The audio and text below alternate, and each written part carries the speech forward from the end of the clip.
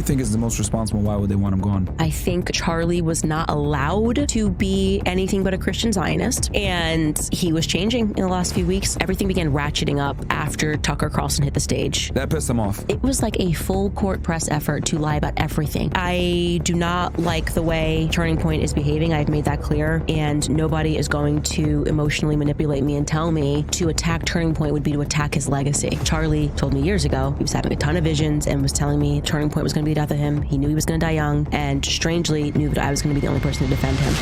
Candace, thank you for having me here. I'm excited, and thank you for making it work on short notice. Of course.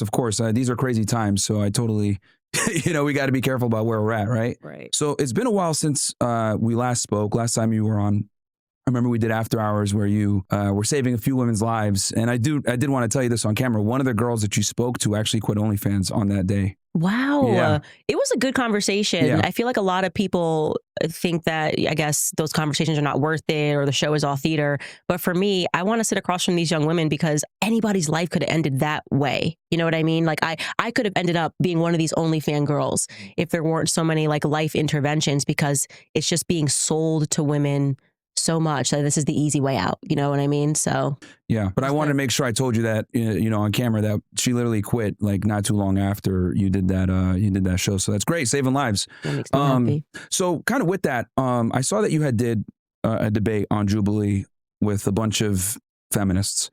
Obviously, we're in a modern day age. Things have changed quite a bit. We've both been pretty critical of feminism, but I think with what you're doing, you're able to really reach a demographic of women that just guys like me and Andrew Tate and others just aren't going to reach because, we're abrasive in the way that we get it.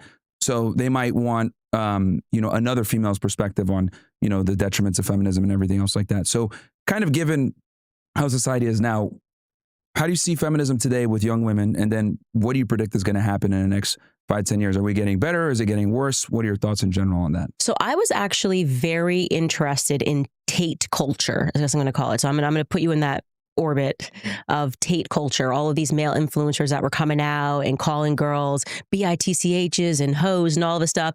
And people sat back and were like, oh my God, this is horrible, whatever. But I'm like, wait a second, whatever you think about him, whatever you think about Tristan, whatever you think about Myron, this culture got very big very quickly, and there's got to be something there, right? There has to be. So that was the reason why I flew out to meet Andrew Tate. There was all these conspiracies that I knew him before and all. I met Andrew a total of 2 times before I did his show. My husband hung out with him maybe 3 times in his life before him and I met. He was actually friends with PJW. And that's how I met Andrew. Gotcha. Like, so my husband was actually friends with PJW. And I just wanted to know what it was, because I'm never a person that will dismiss something on its face and call it a name. Like, there has to be some substance here. And what was actually happening was you got Andrew Tate and Tristan Tate and you got Myron Gaines because you perpetuated a culture of Lena Dunham's, right? So you're acting like men just got tired of it, is what happened. And finally, men looked around and somebody stood up and said, it's actually okay to be a man and you don't have to listen to any of these women. Now, you may not have liked how they said it. You may not have liked that they were doing this on top of Lamborghinis. But the reality is that what sat beneath that was a horribly toxic culture where women were dictating the terms to men. And every time a man did something that actually felt natural to them, you called it toxic masculinity, and books were written, and Lena Dunham is writing articles, and there's a show about this, and Lena Dunham's naked on Instagram. I wrote a whole chapter about Lena Dunham in my book, and she's naked on Instagram, and she's lecturing you if you don't want to see her, overweight, naked, and tatted up. So you can't blame the culture, Tate culture, until you are ready to address where this actually came from, which was women constantly bashing men over the head and telling them that masculinity, full stop, was wrong. Given the problems that we have, obviously, whether it's me or Tate or other people, will kind of come in and say, hey, this is what you need to do as a guy. This is how the modern day marketplace is now when it comes to dating. What's your approach to kind of combating this problem from a female perspective? First, you have to understand the origin of feminism, right? You have to understand that this was not a culture and an ideology that came because they wanted women to have equal rights with men, okay? This was a CIA-sponsored PSYOP. Gloria Steinem was sponsored by the CIA, okay? These protests were sponsored by men in government. a lot of them homosexual, actually. And the reason for that was simply because they wanted to tax, it was actually twofold, I would say. They wanted to tax household income both ways. And also they wanted women to, instead of focusing on their kids, which comes natural to women, right, to be the quote unquote, like I say, CEO of the household, they wanted to remove that and to have the children given to the government for 6 hours a day. Beyond 6 hours a day, 6 hours a day, plus whatever sports activities, which gives the government full control over the minds of the children. This came straight from the Pale of Settlement. After they assassinated the Tsar, you had these Jewish women like Emma Goldman, who came over to America. Emma Goldman was the mentor to what's her face from Planned Parenthood. I'm blanking on her name for a moment. I'm going to say Margaret Sanger. That was her mentor. Mm-hmm. And so this was, in fact, a very radical communist movement that came to America and sought to overthrow families, family institutions, strong men, feminine women, stands in the way of government and absolute control. In your book, Make 'Em a Sandwich, what are some of the things that you tell the women? Because I'm assuming it's a book that's going to be centered around how women can kind of get in a marketplace, find a long-term partner, get married. What are some of the strategies that you tell women to implement to find a partner? You don't have to give it all away. Maybe one or two. Fine. I don't even try in my book to sell them a strategy or a technique. I just tell the truth. So here's the history of feminism. Here's what we were told in school. Here's actually how it went down, right? Knowledge is power. I give them the actual statistics of the fact that what was sold to you was you were going to be just like a man and you were going to be happier. Women are actually more miserable than they've ever been. If you go back and you ask most women about their grandmothers, they remember grandma being happy, right? So what they actually sold to you, now you've achieved this equality, quote unquote equality, and women have never been more miserable, and women are popping more pills than they were popping and finding it harder to find a partner and wondering why. Well, it's because you attacked natural masculinity. You told men that they shouldn't be allowed to lead. Women have to lead. And actually, you didn't want that, right? You were convinced psychologically in a classroom, as I was back when I wanted to be a feminist, or I thought feminism was cool. And you should know that. And I think that that's how you change things without trying to say, here's a strategy and here's how we're going to move forward. Let people know true knowledge, let people know true history. And I think the rest of the stuff happens naturally, or I hope. For you on your journey, when did you figure out that feminism was a lie? Like, was there a certain event that triggered it that you were like, holy crap, this is BS? I actually tell the story in this book. I think I do, actually. I think it's in this book, or it's in my last book, actually. It's in Blackout, of this teacher that I had, and was required to take a Feminism 101. It was called Women's Studies. Maybe it was Women's Studies 201 at the University of Rhode Island. And at that time, I was like, yeah, I'm a feminist, of course.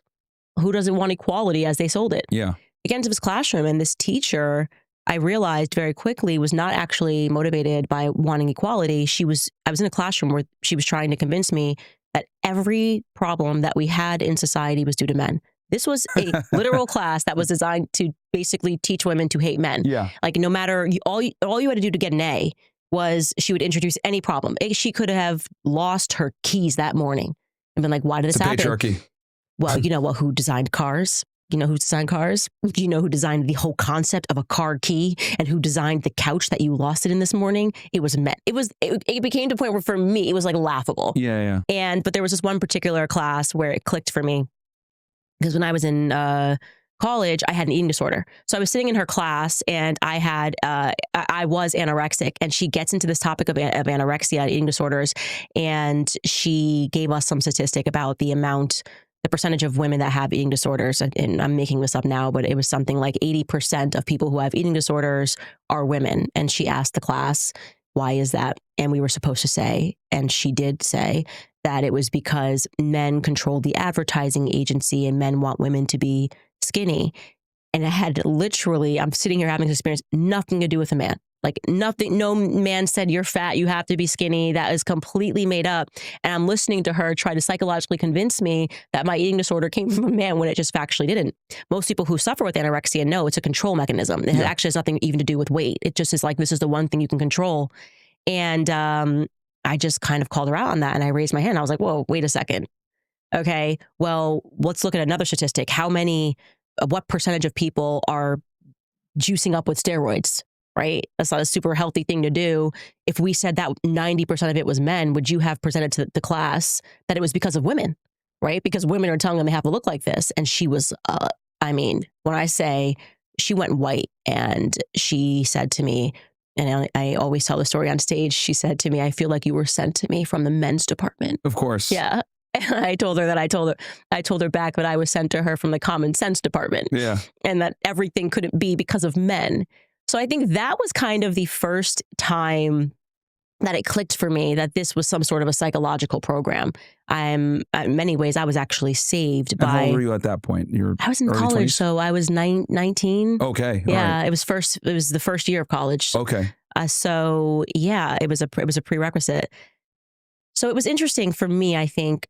Did that make you shift your priorities? Like, I was never a gun-ho feminist. I just was like in the back of my mind, same way that I was liberal. Like I was never voting Democrat, but if you had asked me, what do you think about this? I would have very quickly been like, of course we need feminism. Yeah. And then I was kind of thinking, man, these women are really annoying in this classroom. Because then there were the majors that were there, you know, the people, these women that were tatted up and like growing their armpit hair out. You know, we had those people in class and I was like, I don't like any of these people. So it made me think that there was something more to the feminist movement, I think, which was indoctrination. Interesting. Okay. So I think you've been able to do what every woman dreams of: have a family, have children, have your dream man, but simultaneously being able to also, you know, run a business and do what you want to do. And I noticed when you were debating on Jubilee, some of them tried to say, oh, well, you're a hypocrite. You're over here talking about feminism being bad, blah, blah, blah, blah, blah. But, you know, you obviously have a lot of things set up where you maximize your ability to be with your family, right? You do your show, get out of there, spend time with your family. What would you say to the people that sit there and try to call you a hypocrite because, you know, you're successful in your own right, but you've been able to also balance a family, which many women can't do. They want to do it, but they can't do it. What would your response be to those critics? First and foremost, do not allow people to rule you by exceptions. What I mean by that is, it is such a mistake to look at my life and to say, Candace did this, and so therefore I can do this. My life is actually exceptional, right? We are sitting in my house. I do things on my own terms. I wake up in the morning. I get to homeschool my kids, right? I'm homeschooling my children for hours. That's now very important to me. I get to do a podcast from home.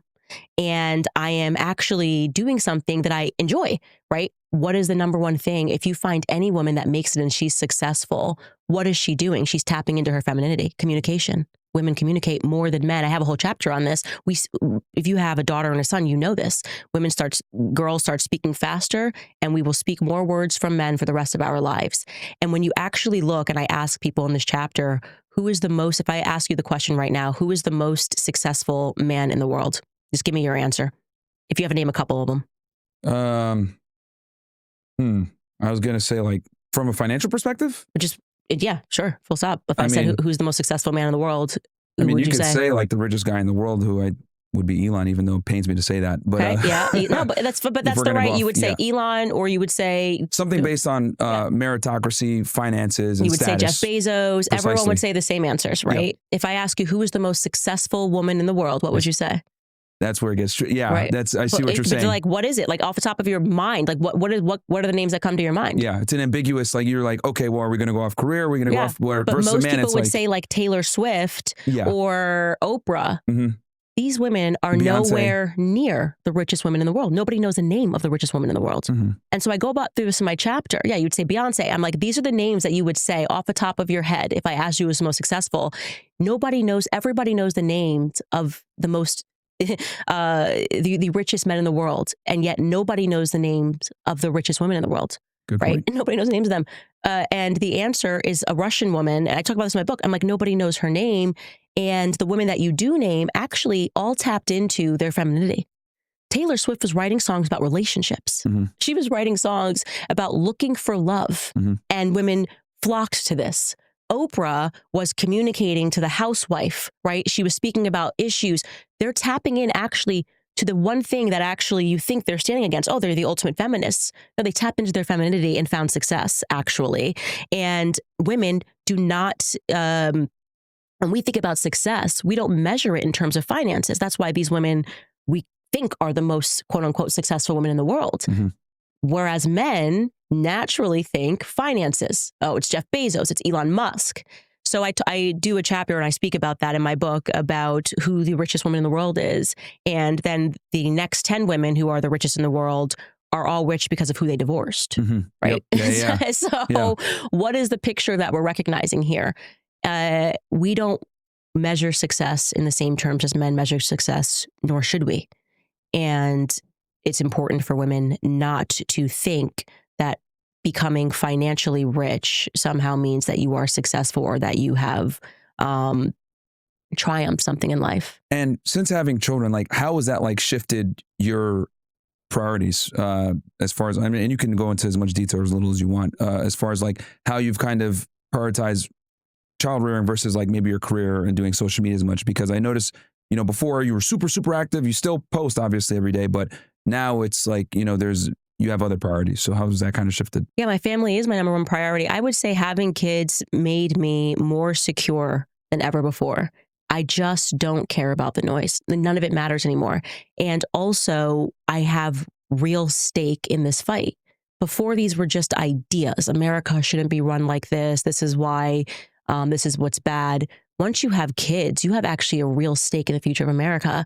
So when I am podcasting, the subjects that I am covering to me are existential, right? Are we being ruled by pedophiles and criminals? That's now existential for me.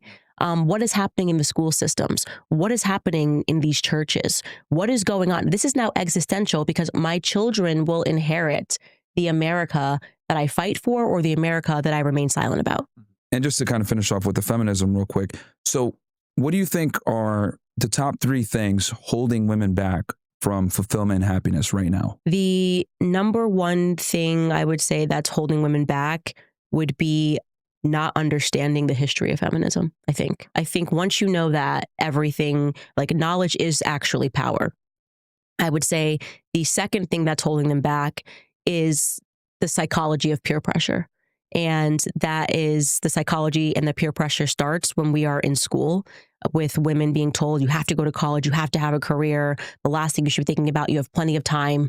You don't actually have plenty of time. Biologically speaking, you literally don't have plenty of time. Men might have plenty of time, biologically speaking, but your body is telling you don't. And so I think, and then that kind of gets into the education. The education system truly is just Soviet propaganda in the classrooms. So those would be the top 2 things. And so they're ignoring their gut instinct and following the herd. So understanding what feminism is and how it came into place makes it a lot easier to understand everything else. All right, fair enough. What do you think so far about this, switching politics? What do you think so far about this administration with Trump? Good, bad, the ugly? Sad. Honestly, the first thing that I would say is that it makes me sad because obviously I spent a lot of time helping Trump get elected, trying to help Trump get elected. And Trump is... I see a photo right here, yeah. Yeah, he's a part of my political story, right? A part of my political awakening, if you want to call it that. And it feels to me like when he said, what Epstein files, you know? Are we still talking about the Epstein files? It was just like we were so close. We did everything we could. And we were supposed to be fighting a swamp, and then what happened? What, the Loch Ness monster, which is Israel, rose up and swallowed our hero whole. So it makes me sad, and I think we all can very clearly see what has happened on the basis of who is now supporting him. The literal Never Trump movement is now supporting Trump and telling us that we're radicals, the people who initially supported Trump. So there's been a complete flip, and they're trying to use this mechanism of psychology to convince us, oh, we just got here, but we noticed this rot, which is the original MAGA movement. It's completely ridiculous. Their tactics aren't working, but I think it also indicates to us that there is something very scary and sinister that is in DC, right? That turns good men, it like petrifies good men that go in maybe with the best of intentions. And then they see something else. Like, what happens to these people? We don't know. Like, where is, I mean, day in and day out, Kash Patel and Dan were saying, we're going to do this. We get the FBI. Now they look petrified. They look petrified, actually. There's nothing here, actually, to see about these Epstein files. What are you talking about? You kind of made your show off of what needed to happen with the Epstein files. So it's sad. So if you were to rate them, because people have asked me this question, so now I get to ask someone else. What grade would you give them right now at this point based on, you know, obviously the Epstein files, I agree with you. It's a huge debacle. It's going to probably be a huge negative in his legacy at the end of the day. If you had to grade his presidency so far within what we're 11 months in roughly, what would you say? So I would say I'm biased. So if you're asking me to grade, you know how you would have those teachers where if you would take a test and they would automatically flunk you if you didn't put your name on the paper? Oh, yeah. Yeah. The Epstein thing for me is like automatic flunk if you don't put your name on the paper, right? Gotcha. So if like I'm a mom now, so this was the most important thing to me was figuring out where the pedophiles are in our society. And that was your number one voting. This for me, Yeah. like Okay. becoming a mother, because you have to remember Epstein, and I did a partial series, a mini series on what we discovered about him. He just got pulled through the ranks, right? Bankrupted Americans. Same thing with the Maxwell family, bankrupted people in England, and was allowed to do this. He had absolutely no background. He was given access to children. He had an office on Harvard campus, despite only having a high school diploma, which I can't even verify his high school diploma, if I'm being honest with you. And this was going to show us everything. He had access to Hollywood. He was working with Weinstein. He had some notorious fight with Harvey Weinstein right before Harvey went down. So now I'm kind of going back in my mind and thinking that's a question I should probably ask Harvey Weinstein, is what they were fighting about. And he had access to models. I mean, this man was just handed the keys to Les Wexner's empire, which even how that empire started has got a shady story with a guy who said that Les Wexner was the literal devil. He was the guy who controlled Victoria's Secret. He said, this man is evil. And then suddenly that guy jumps off the Golden Gate Bridge and decides to give his company to Les Wexner. That doesn't really make sense. So we had this rare opportunity to really understand how the Matrix was put together, in my view. And Trump took us to this line and then balked. And I'm not sure why he did. Okay. Maybe it's because he almost survived an assassination attempt. He survived an assassination attempt. Yeah. Two of them. And maybe they put him in a room and said, here's how it's going to go. Mm-hmm. So I'm going to try not to judge him because I don't know what he is going through. But for me, the Epstein files was a name on the paper. So what are your thoughts on the current news? Because it just resurfaced again. They're, in the process right now of getting everything declassified. I understand that there were a bunch of emails that came out. And it's coming back up again. I can tell because I'm seeing nothing but CNN clips on it. Anytime they love to hit Trump when it comes to this Epstein thing. Mm-hmm. What are your thoughts on the latest information that came out recently with the emails and everything else like that? When he initially balked on discussing Epstein and Pam Bondi did the whole crazy bit, I was told that it was because there was donors he was protecting, and that makes sense to me. I have never felt, and I'm a pretty good vibe person, Trump's not into kids, right? Mm-hmm. So the nature of the emails, was he at a party when people should just think about that. When people say, oh, they exchange, like he was on his plane, never on the island, but like was on the plane, or was it a party? If you were you live in Miami. If you were at a party, the idea that somebody could be at any club that you are at or any party that you are at has somebody that's underage and looks like she could be 18, and that doesn't really track to me as any evidence of anything other than the fact that he was at a party once, and Jeffrey Epstein was very clearly running a sophisticated network and a blackmail ring. So I don't think that whatever they have on Epstein with Trump and Epstein is going to implicate Trump in any of that stuff. Yeah. And I've been around him. Trump has a type, and I have never felt that vibe from him at all. But I do think he's protecting some of his donors. I do believe that, because I look at them and they just creep me out. And he took a lot of money from Miriam Adelson, the Adelson family, hundreds of millions of dollars from Miriam Adelson. And I think that's kind of the beginning of everything. So when they started leaking these emails, I read it as like a public threat to him. Maybe they're arguing about something in the background and he's holding the line on something. So because they obviously have all the Epstein stuff. He was their blackmail guy, And so if people don't listen, they probably do a little trickle. That's how I read it. I read it as like a public threat, and they want something from him, and they're going to be like, capitulate or we will hit you with everything they have. And we need to have a leader that just comes right out in a press conference and says, they have this about me. They've been threatening me with it. I'm going to tell them to release everything, and I'm going to hold the line. People would cheer. We wouldn't even care. We'd be like, okay, like as long as you're not implicated in harming children, right? I can deal with you being at a party that Epstein was at and finding out that whatever it is that they have on you. That's my gut instinct about the whole thing. Yeah, no, I agree with you that I think he doesn't give me the vibe that he's like doing that type of thing with children. But I do think that maybe there's something in there that looks really bad optically. And that's might be why, or to protect donors, like you said. Because I look at it like if there was something really bad like that, the Democrats would have exposed that during the Biden administration if there really was. So, that's another thing as well. Speaking of the Zionist lobby, we're talking about Mary Mandelson and Epstein and everything else like that. Last time we spoke, you were literally like a week or two before you left Daily Wire. It's been a while now. And obviously a lot of things have transpired, right? You've had a meteoric rise. Congratulations. Meanwhile, your opposition, Ben Shapiro, has had a meteoric downfall. Can you kind of take me through that day of what happened when, because I remember you had been in Miami for a bit, and then I think you might have went back to Daily Wire for like a day or two, and then they said, hey, we're going to get rid of you, blah, blah, blah. Can you kind of take me through how that all transpired and how you've been able to kind of use that cancellation from their perspective to just utterly destroy them and flip the roles? So, gosh, I was fired in, March of 2024, and I obviously was very surprised about it. I did not know it was coming. Look, even if I sensed it was coming, I would have never have thought that it would have happened in the way that it happened. I would have thought that we would do everything that we can to keep things friendly. I mean, you don't want to work for any company. It's just unprofessional to want to work, to dedicate years of your life to any company and not have things, even if they're not on great terms, you still want to make it as peaceful as possible. TMZ reported, and I have to ask you this because I've always been wanting to ask you this. They reported that one of the reasons why they wanted to get rid of you is because you did the show with us. And when we talked about Jews, we hit the sound effect, the cha-ching sound effect, and that, I guess that infuriated Ben Shapiro. Is that true? Or I know where that leak came from. Okay. And it came, gosh, am I allowed to say anything about this? She no longer works for the Daily Wire, and I think she was behind that leak. Yeah, so she no longer works for the Daily Wire. So that was interesting.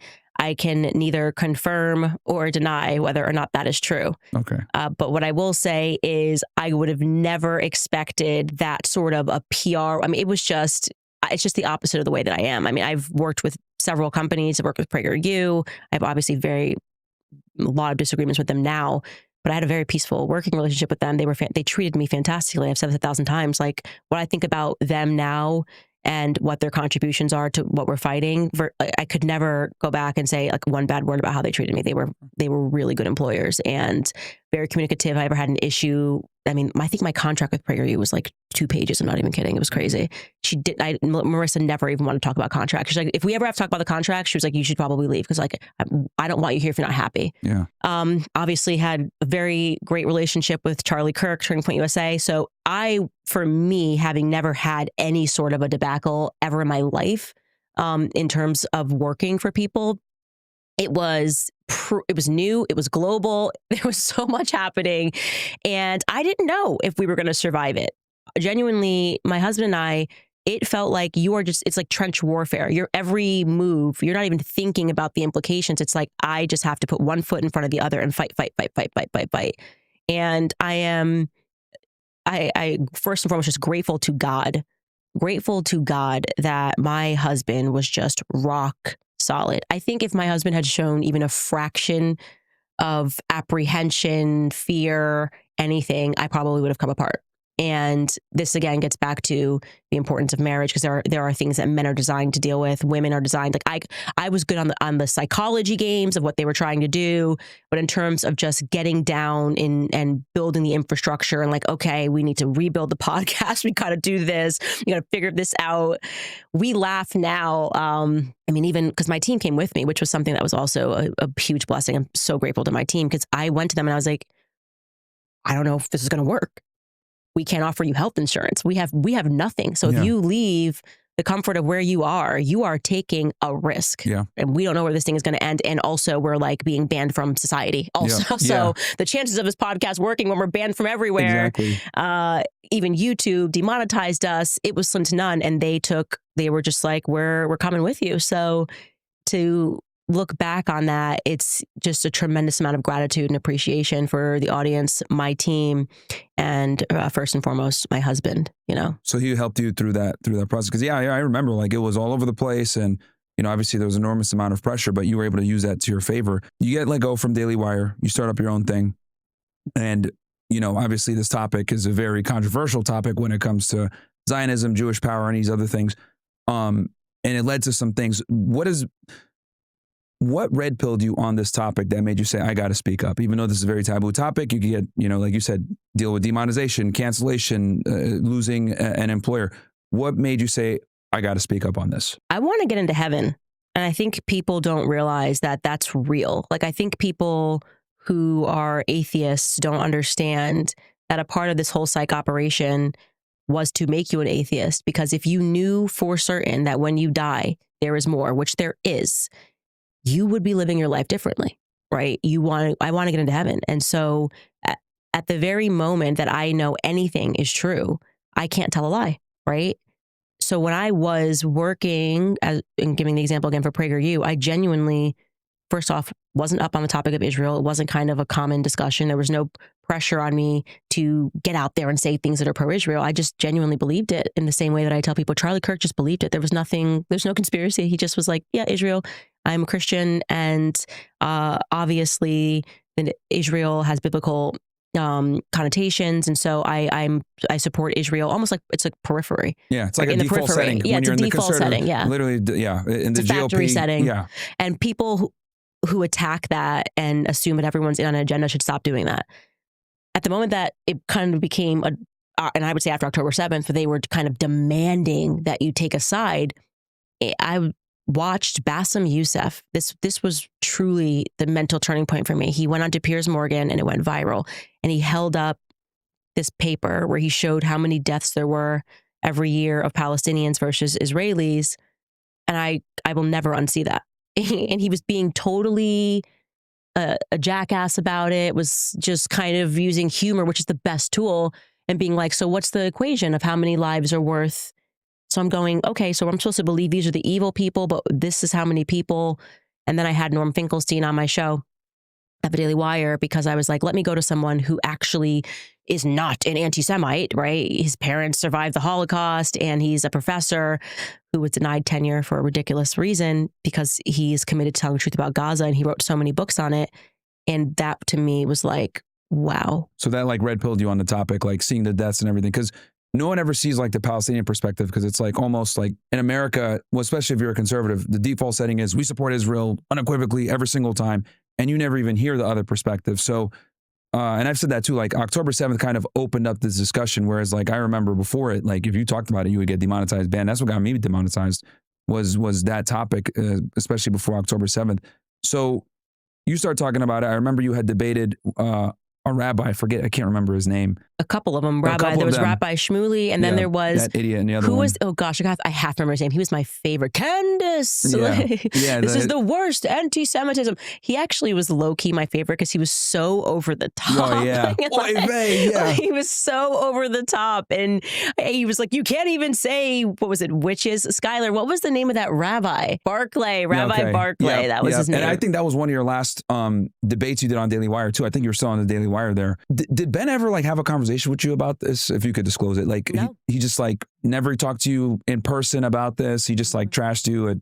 Because I remember seeing a clip of him like at some type of social gathering, like late in the year of that year, saying, oh yeah, I think what she's doing is, despicable, blah, blah, blah. But he had never had a conversation with you.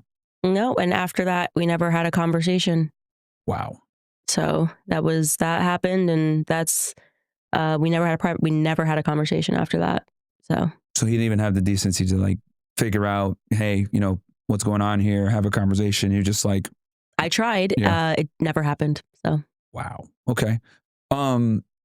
So you got banned from Australia. Right? You got banned from Australia. It's a gangster. Yeah. Almost, and right? I was like, super bad. Because people try to tell me like, because I talk about world Jewry being a thing and how, it's an international cabal that works together, for the betterment of Israel, and they're located all across the world. And I use that example of how they got you literally banned in Australia, even though they represent like 2% of the population. How did that even happen? Like, how'd you get notified? Like, yeah, how'd that even come about? I was going to tour in Australia, and the Zionist lobby found out, and they publicly posted, it was like the Zionist Organization of Australia, maybe it was ZOA, publicly posted this thing. Like their equivalent of AIPAC, right? Essentially. Yeah. It's another AIPAC. There's so many of Zionist organizations. And I will say on the conservative side of Australia, the Jewish conservatives did also write a letter in support of me saying, like, we disagree with her, but she should be allowed to speak. But they were effectively the ADL, and they posted this thing and publicly said that I should not be allowed in. My rhetoric was dangerous. They lied and said that I said that Jews, what did they say that I said? That Jews drink the blood of children, which was, I mean, it's just like completely. The blood libel? It was unbelievable. I mean, the way that came about was me liking a tweet, literally a like of a tweet of a person who called out Rabbi Shmuley and said Rabbi Shmuley had told a huge lie about me. So they were replying to Rabbi Shmuley and said, you didn't include that she, and then like told the truth about what I said. And then they ended their thing with, are you drunk on Christian blood again? So me liking this tweet, yeah, that's what they used. They went full media press corps. I mean, it's just unbelievable. Candace says, I'm like, are you kidding me? It was so obvious why I liked this tweet. Like this person debunked Rabbi Shmuley's lie, but this is how they lie. Yeah, this is how they lie. And they take everything literal. They take even everything if it's hyperbole literally or whatever. It's like, oh, look at you, vile anti-Semite. Yeah, and I'm like, obviously, I like this tweet because he defended. Like he pointed out that Rabbi Shmuley told a ridiculous lie that had nothing to do with anything. Rabbi. Yeah, he said that my followers threatened to kill him or something very serious. And he was like, "You're showing this inbox." And didn't he try to sue you for that? No, he threatened to sue. Okay. And so yeah, it was quite a time. But they successfully got me banned. I've never been in trouble, nothing. And they decided that I am too dangerous to speak in their country. So that I still think, and this has been my belief. Everything that is happening, God wants to happen. So when that happened, it was because Australians needed to understand something about their country. Because people who didn't like me, who didn't support me, or weren't conservative in their country kind of looked up and went, why is this like mom of 4 being banned from our country? No matter what I think about her, I certainly don't think she's a threat, that she shouldn't be allowed in. And we've got literally people who have been accused of murder, people who have violated their visas in other countries, people that rap about murder are allowed in here. And you're telling me she's saying something that's so dangerous. And it, I think, contributed to more people listening to my podcast. What is she saying? So I do feel we are in this time where the more that they lie, it rebounds very quickly onto them and it creates more pressure against them. And they can't stop lying. So yeah, because you can never lie once, right? Like they always say, when you lie once, then you have to keep lying to perpetuate that same lie. Right. So New Zealand also banned you, right? And then you were able to get, how'd you go about being allowed to come back to New Zealand? Did they write a petition or how'd that happen? No, actually their person, so they have a reciprocal system, which is weird, but if Australia bans you, you get automatically banned in New Zealand. So New Zealand didn't actually ban me. Tony Burke in Australia banned me, and they have some weird reciprocal system. Then when they found out, their minister, and his name was Chris something, I should remember it, was like, I'm just against this, and he reversed it. Gotcha. Yeah, so he had the power to reverse it. So New Zealand actually stood firm on free speech. Okay, I didn't know that. So like basically when one party does something, the other one kind of reciprocates it, but they do have some type of veto power. What other ways, I guess, has the Zionist lobby came after you? I've seen ADL articles. I've seen SPLC, right? They target me too. Oh gosh, it was everything. It was everything. Did they lobby to get you demonetized on YouTube too? Absolutely. Yeah, that came from the awesome Jew. Yep. The awesome Jew, who was in attendance, by the way, when Charlie got peer pressured in the Hamptons. And yeah, it was just a full court. They were like, just start mass reporting her for violence and violent rhetoric. And they did that. And then I had no strikes. And then I went to all strikes overnight. And YouTube demonetized us. We were demonetized for 6 months, I think. It was like September, maybe it was 4 months. And so that was, can't make any money on YouTube. So we had to we had to then build our own website, which we did. So what it forces you to do is to become your own power center, right? If you ban people everywhere and you say you can't, you're not allowed to fight in this realm, we're going to start building our own realms. And I think they're learning that lesson, is that there seems to be the opposite thing that's happening. So they would attack us on YouTube. They obviously got petitioned to get me fired, banned from Australia. They went after like my family members. Obviously, they tried to pretend that there was all this friction between me and my husband's father, and that could not be further from the truth. I love my husband's family. They have always treated me very well, but they wanted that narrative out there because it was part of the cancellation is even our own family hates her. No, we have different viewpoints.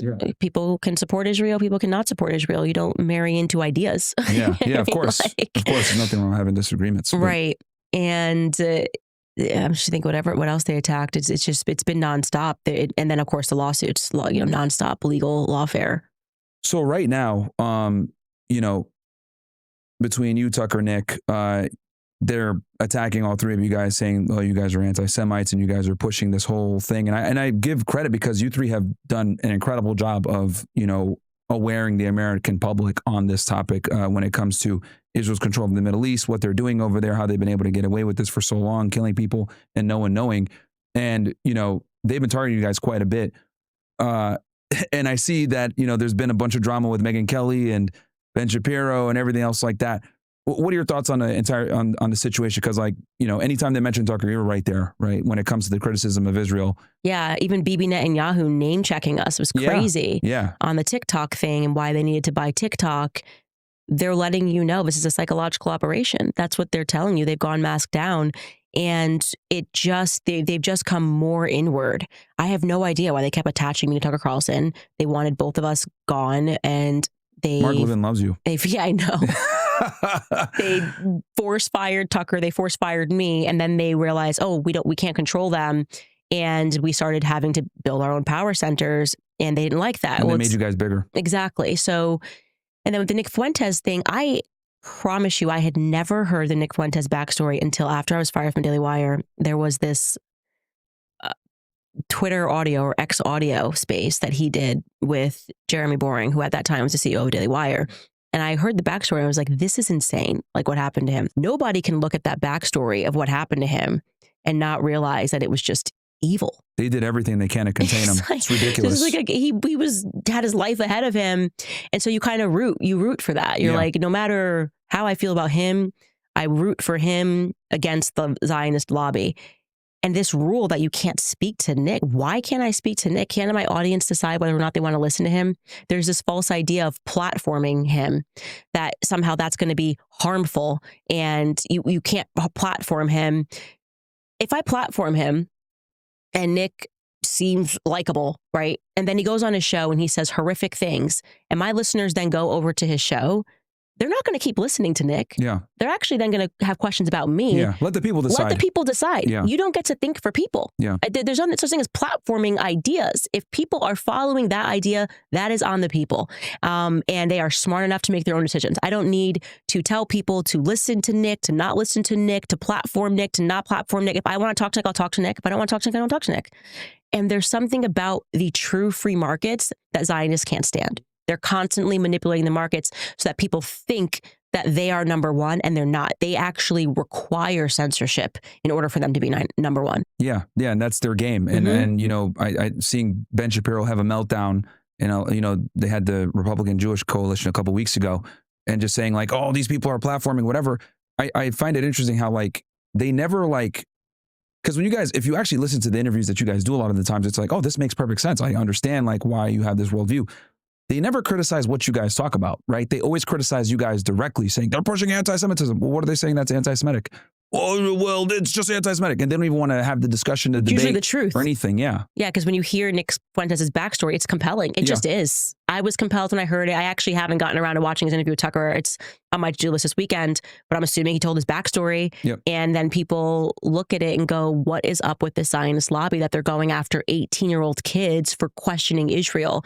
That's actually what they're fearful of, is people understanding just how long this has been going on, how vicious it is that it will even go after an 18-year-old who's just asking questions literally. And yeah, I think that's what it is. It's the mass awakening that's happening. Yeah, no, and I credit you, Tucker, Nick, some of the biggest voices in it, waking people up to this problem that we've had for so long, right? I mean, it got us into wars. And I do think that we're making an impact on it, because I remember when Trump bombed Iran, he had a lot of pressure on him not to do it, right? And he was kind of going back and forth. I know Steve Bannon had went to the White House and told him don't do it, or at least push it off a little bit. And he bombed him, and then he ended it there, right? Who knows if he didn't have that pressure from his base to not go to war, if he had, it would have expanded the conflict, because we know Israel wanted to, right? If this was 2003, who knows if we wouldn't have just gone into a full-on war. But I think big voices in social media that we didn't have back in 2003 were able to kind of pressure, like, hey, we voted for no wars. Like, and then it kind of held forced them them to be to like, it. I want to keep the base. All right, just bomb them and get out of here. Because that was even very unpopular. And then you saw the neocons go, oh, you were panicking. It was just going to be and the whole time you guys were just panicking, and it was just one response. You thought there was going to be a broader war. And John Miller put it quite succinctly he tweeted and he said, no, it's because we panicked and freaked out that this didn't happen. This is like saying a robber's outside trying to rob your house. Your dogs start barking and the robber goes away. And they're like, oh, you were just panicking. It's like, no, it's because the dogs were barking that this thing didn't happen. So no, every time which by the way, he still wants his war with Iran. They still want a regime change in Iran. And we have to continue to bark and continue to say that it's not okay. And it worked, because we held the line on it and used our platforms to say, this is the red line. Yeah, no wars. And he literally was very ambiguous about it for days. So, and I think a big part of that is from all the pressure from his base with people that have big platforms. And this is kind of a beautiful thing where we have with alternative media, because I remember, and you remember too, we're right around the same age, the Iraq war, there was no dissent. Right. We're going and nobody cares. And we don't, there was no one else talking about it. The news was super pro-war. Everyone wanted to go to war. And it wasn't until 10, 15 years later that the smoke evaporated and we're like, oh, this was a waste of time. Why did we go to, Saddam has nothing to do with bin Laden. Like, it didn't make sense. So let me ask you about, I guess, real quick with Harvey Weinstein, what got you interested in like getting his story out there? So actually, I started working on the Harvey Weinstein documentary when I was at the Daily Wire, which, So okay. somebody on his team reached out to me because they thought that I would be the only person that would look at this fairly, which is interesting because obviously he's gave millions to the ADL. You know what I'm saying? Yeah. So we were this very unlikely duo, and I thought he was guilty. I thought there had to have been some guilt. I mean, there were so many women that were coming out. But this is how the media is effective at psychology, is that they know if they say something over and over again, it becomes true. And actually, I realized I didn't know anything about the case. And when I took a look at it, I was shocked. There's no question that Harvey Weinstein should not be in prison right now. And that's the definition of Me Too right there. Yeah, they took him out. Yeah. Who took him out? Why they took him out? That part still is not clear to me, but it should terrify any woman, especially me who has 3 sons, that they can do that. I think Me Too, what it represented was hostile takeovers of companies. That's kind of a theme, right? If you start to go back, you look at from Michael Jackson to Kanye to Britney Spears, these are hostile takeovers of companies. And I think Me Too was a proliferation where they hostilely took over a bunch of companies. And that's my instinct about it. And he was big. So maybe he wasn't playing ball. I actually do now have it on my mind that I want to ask him about this argument he had with Jeffrey Epstein that I learned about. I was very passionate about just telling the truth because the Me Too movement is problematic. I have a real investment in this. I have sons. Yeah. So I don't care what people think or need to think. I'm not voting for him to be my husband. I'm not voting for him to be the president of the United States. I'm not voting for him to be my pastor. I'm telling you that he was accused of something and the media completely lied to you about the circumstances. And it should terrify you because it means that our courts are corrupted. And they are. We know that. We know our courts are corrupted. Why? Maybe through the same system of blackmail. They've got judges in their pockets. But there is that's a part of the matrix. The court system is a part of it. And I give you credit because, you're very brave for doing that, because just like with the George Floyd documentary that you did, which was going against the grain, right? A lot of people gave you slack for that. Like, oh, why are you interviewing this, pervert? And why are you going ahead and, trying to destroy the legacy of George Floyd? So, I give you a lot of credit for because I do think that this whole Me Too situation and false accusations is very real. It matters. Athletes and professionals are constantly getting accused of stuff. I mean, we can look at what's going on with Andrew Tate, where, it's like every other month, something is getting dropped, or a lawsuit is being dropped here, or they're finding out that this woman lied here, or there was I think a pro soccer player that recently got out after having his life destroyed. So this Me Too thing is a huge problem in the Western world. So let me ask you this with Charlie Kirk, because you're definitely one of the most outspoken people when it comes to the Charlie Kirk investigation and what's going on there. Obviously, you knew him personally. You guys have worked together for many years. I'll kind of just turn it to you, and you could just tell me, because you've been looking at this for a while now. It's almost it's over 2 months now. Can you take us through what you think happened on that day? What led you to believe that? And the timeline in general, who you think is actually responsible, who might be covering things up and everything like that. Yeah, so I can tell you that I view the Charlie Kirk assassination as a military hit. I do not know who called the hit yet, but it's military. There's no question in my mind that it was US the military. or foreign? Or? Well, I don't view the U.S. military as being controlled by the U.S. I mean, there are a lot of people we've been globalized for a very long time. I don't know that there's a difference there's decisions that are made in Ukraine for America. I mean, this is the tentacles of the U.S. military. Yeah. It's a much broader and longer conversation that needs to be had. I mean, I think since JFK was assassinated, I don't know who's in control of anything, right? Much of what we see in the political realm is just an illusion. We're talking about what's happening in Congress, and decisions are made in boardrooms, in my view. With Charlie, I think that with everything that I have uncovered, there was very clearly a faith infiltration that happened. And I'm putting faith in quotation marks because Charlie would have believed the people that came to him and told him to grow the organization and, to become the boots on the ground for faith. He cared very deeply about his faith. And the cast of characters and the pastors that are around him, rotten, like very rotten. The McCoys, Rob McCoy, unbelievably rotten. And I've been covering a lot with him. And what it's looking like is that Calvary Chapel has been accused of tons in the past, and also accused of hostilely taking over well-meaning faith organizations and ministries, with Rob McCoy at the center of some of these scandals. It's looking to me like Turning Point's apparatus provided an opportunity. Now, who they're actually working for, what they're actually doing, I don't know. But I can tell you it is not about Jesus Christ, okay? Okay. And this would explain why, for some unknown reason, Christian Zionist influencers have been losing their minds about the idea of investigating the Charlie Kirk assassination. It's odd. Like, I looked up and I'm going, why are Christian Zionists trying to use Bible verses to say that we shouldn't question anything? I mean, everybody knows you were a cop. Mm-hmm. The first thing you do when there's been a murder is to look around at the money, the finances, and the people around him. Common sense.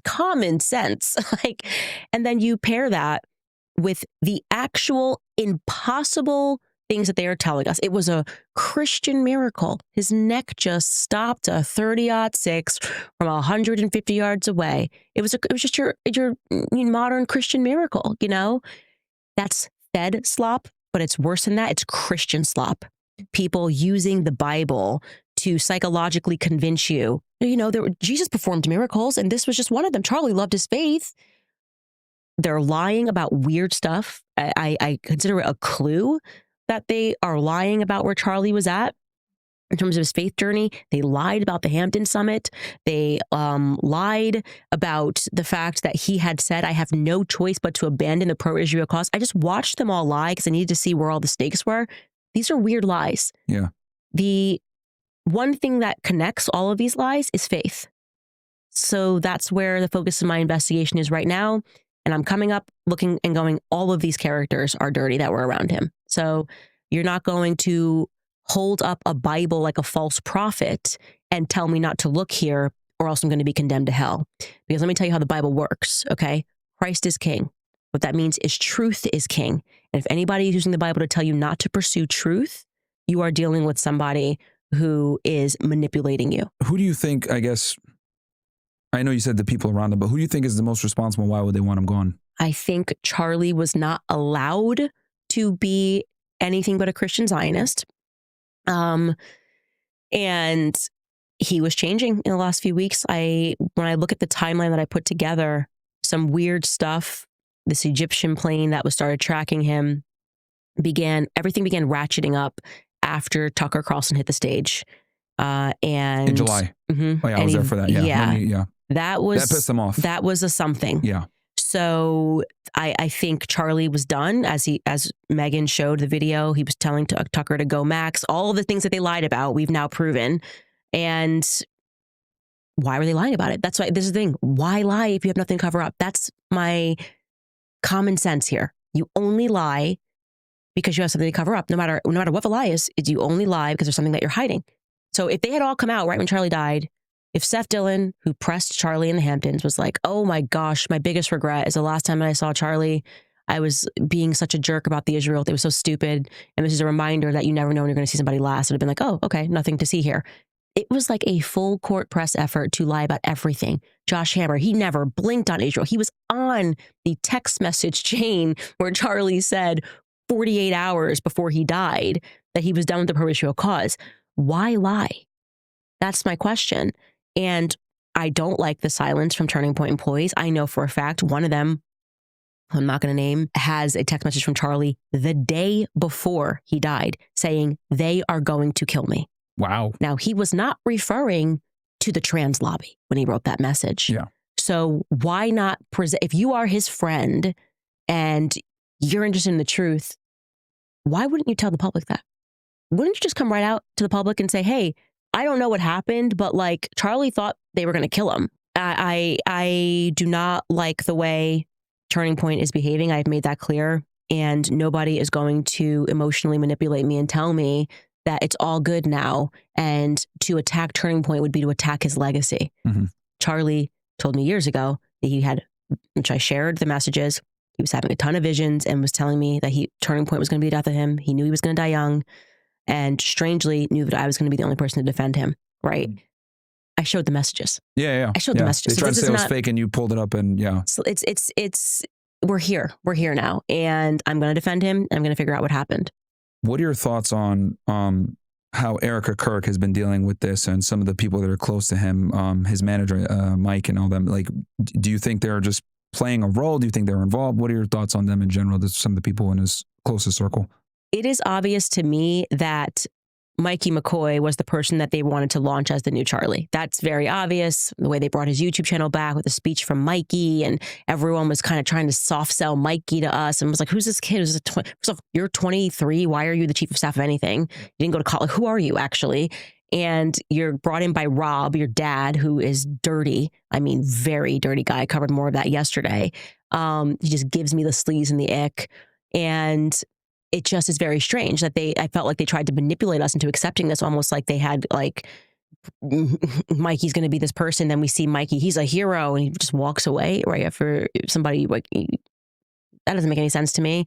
And yeah, with Erica, a lot of people on the internet have been going into her past, going into her parents' past, and just speaking about these things. Israel defense contractors, parents, stuff like that. Yeah, I've seen all of that. I respond to that on my show, and what I've said to everybody is I'm starting with what happened on that day, what happened leading up to his assassination, and the people that catch my attention are people who are telling verifiable lies. Okay, Erica thus far has not told any verifiable lies. She did not lie about the fact that he had St. Michael on him when he died. So there's two things.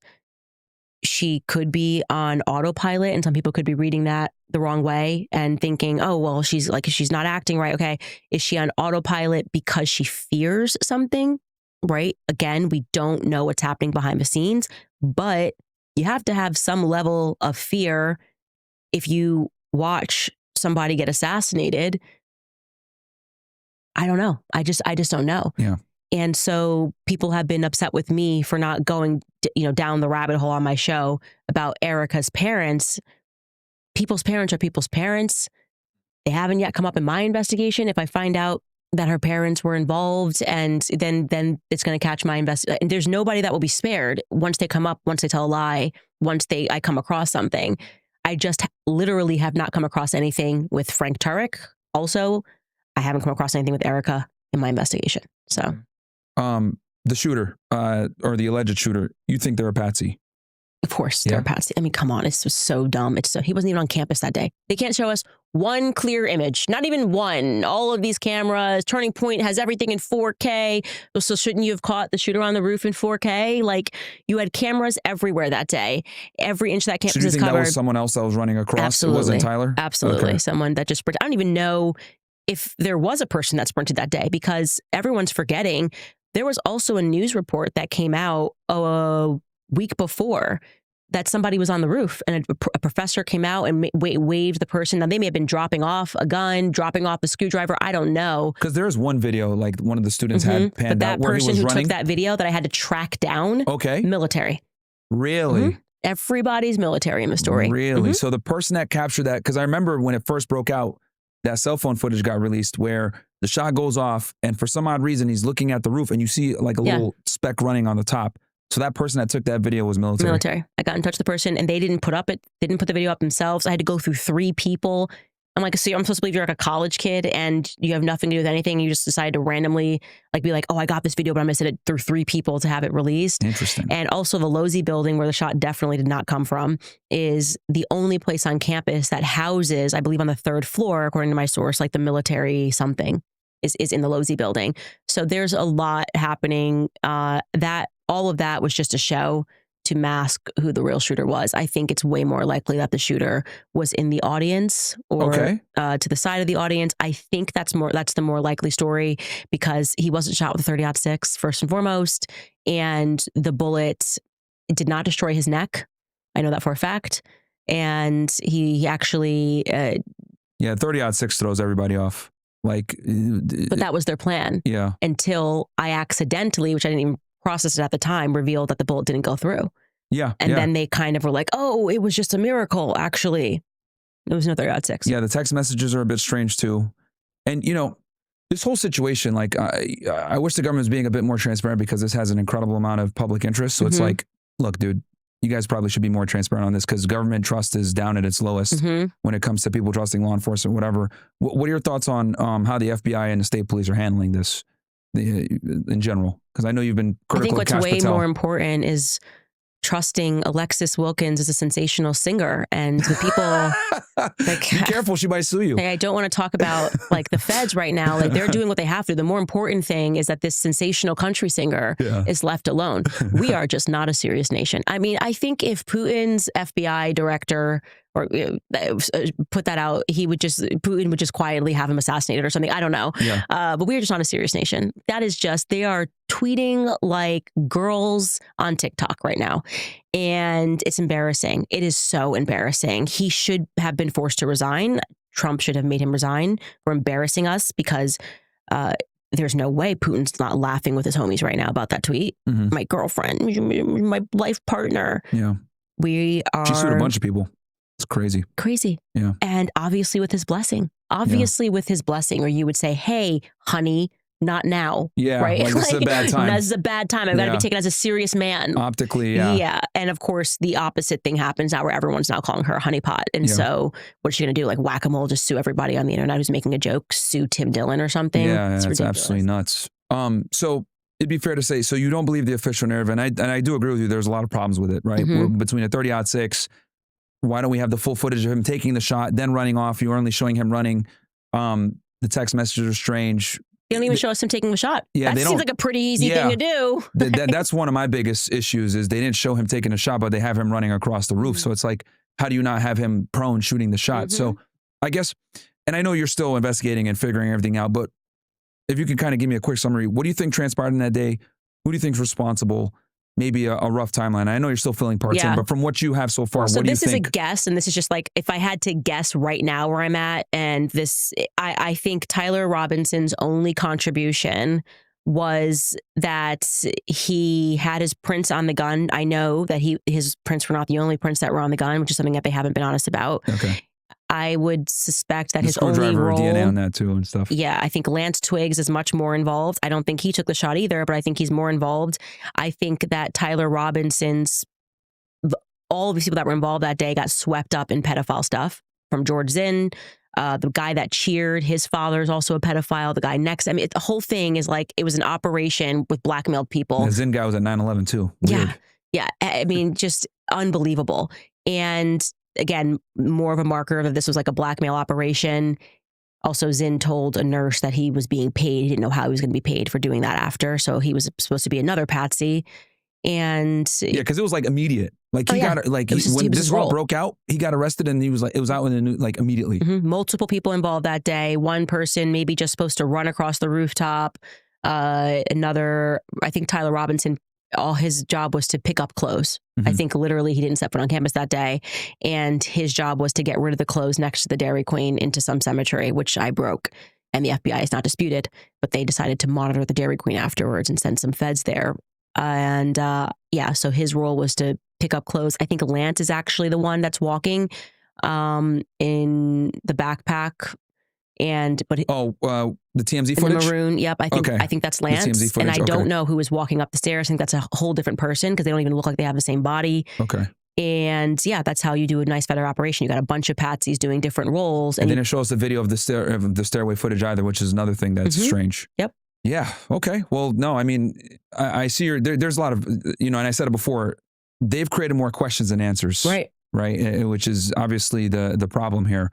But I know we're short for time here. So I'll just, where can people find you? I mean, everywhere. Yeah, you're everywhere. Yeah, at your Congratulations on local podcast, courthouse, your local courthouse being sued. If you'd like to find me, your local news station being called anti-Semite. Oh, one last thing. Do you think, because I know Turning Point, they had said something about, we're going to go after anyone that's saying anything. Have they reached out to you at all or contacted you? Because you're probably one of the most outspoken critic of what's going on with this investigation. Happy to have any person at Turning Point on my show to discuss anything that I'm saying, to make any corrections about anything that I'm saying. They can make a statement for all I care. I'm not going to stop investigating this until we're told something that makes sense, makes rational sense. And you're not going to tell me, like you do with Israel, that I'll get into heaven if I just ignore how Charlie Kirk was killed. We're not going to play that game. So say something that makes sense, or you have an enemy of me. That's pretty much it. And if you didn't want people prying into this narrative, maybe you shouldn't have executed him publicly. Yeah. Maybe you should have pretended he choked on an egg or something, like you did with that rapper a long while back when he started asking questions about things. Not a good idea to get everyone emotionally invested in the story and then to tell them to shut off their emotions. No, I mean, you've been doing an incredible job of putting a lot of pressure on them, right? So hopefully we, get answers here, because what they have out right now just simply doesn't make sense. So, right. So thank you so much, Candace. I appreciate it. Thank you. So great. Yeah. And also thank you for being so patient, because I know my schedule's so crazy with so many kids. And so it's like, we just got to make it happen. I was like, just get them down here. Yeah, you're a mom, you have a family, so I totally understand it. So thank you so much. Anytime.